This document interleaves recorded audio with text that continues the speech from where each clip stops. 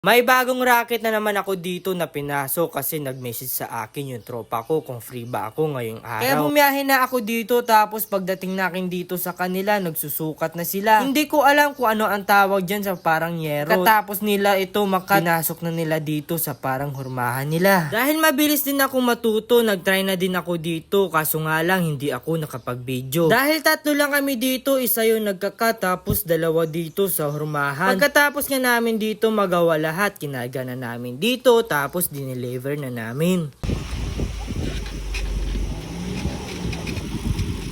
Ang plano dito, kami yung magkakabit sana, kaso nga lang anong oras sa kami dito, tapos nag-deliver kami dito mga 2 PM na. Dahil milaka daw si boss, i-drop na lang muna namin dito sa kanila, tapos balikan na lang namin bukas.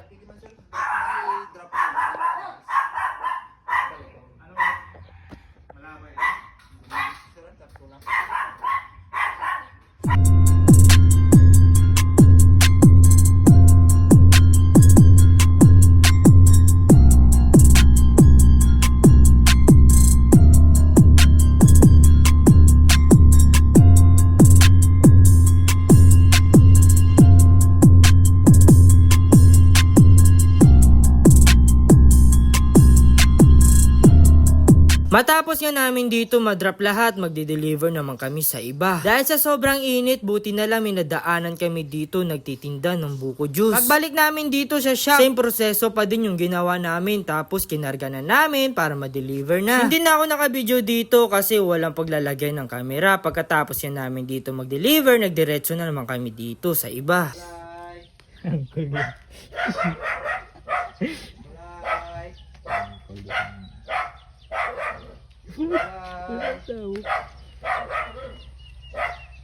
Dahil walang tao dito sa pagdidelivera namin, iniwan na lang namin dito sa kanilang bahay, tapos binidyoan na lang para may proof na dineliver na namin.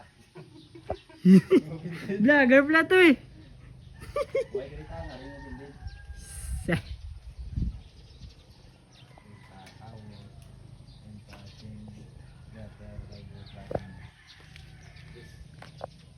Salamat sa panonood, Tang.